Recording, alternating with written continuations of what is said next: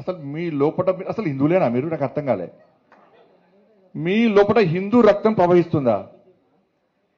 ఇవాళ సర్క్యులర్ చూసినాను, ఇవాళ ఇజ్జత్ పోతే సర్క్యులర్ చూస్తే ఇవాళ ఇప్పుడే ఇచ్చింది, ఇప్పుడు ఇంత సాయంత్రం ఇచ్చి సర్క్యులర్ ఇచ్చావు. ఏమి ఇచ్చింది తెలుసా సర్క్యులర్? రంజాన్ టైంలో అంటే సాయంత్రం 4 గంటల తర్వాత పోచట వాళ్ళు. నువ్వు రంజాన్కు 4 గంటల తర్వాత వాళ్ళకు ఉద్యోగాలు ఇచ్చిపెట్టి పోతే మాకు ఏమి ఇబ్బంది లేదన్నా. కానీ నా అయ్యప్ప ఏం పాపం చేసిండు? అయ్యప్ప స్వాములు ఏం పాపం చేసిండన్నా? నా అయ్యప్ప ఏం పాపం చేసిండన్నా?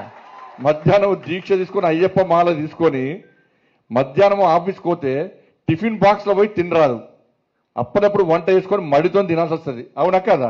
ఇలా ఈ ఉద్యోగస్తులు, ఉపాధ్యాయులు, ప్రైవేట్ ఉద్యోగులు కూడా అయ్యప్ప దీక్ష తీసుకొని ఉద్యోగానికి పోతే మధ్యాహ్నం పోదామంటే ఎవరు ఎప్పుడు తనిఖీ చేస్తారో, ఎప్పుడు సస్పెండ్ చేస్తారో ఒక భయానక వాతావరణంలో ఉద్యోగస్తులు, అయ్యప్ప దీక్ష చేసుకున్న ఉద్యోగస్తులు భయపడే పరిస్థితి వాళ్ళ తెలంగాణ రాష్ట్రంలో ఉంది. మధ్యాహ్నం భిక్ష లేకుండా పస్తులుండి అయ్యప్ప దీక్ష చేసుకునే పరిస్థితి వల్ల గంట సేపు బయటకు పోవాలంటే సస్పెండ్. మరి ఏ పాపం చేసిన అయ్యప్ప?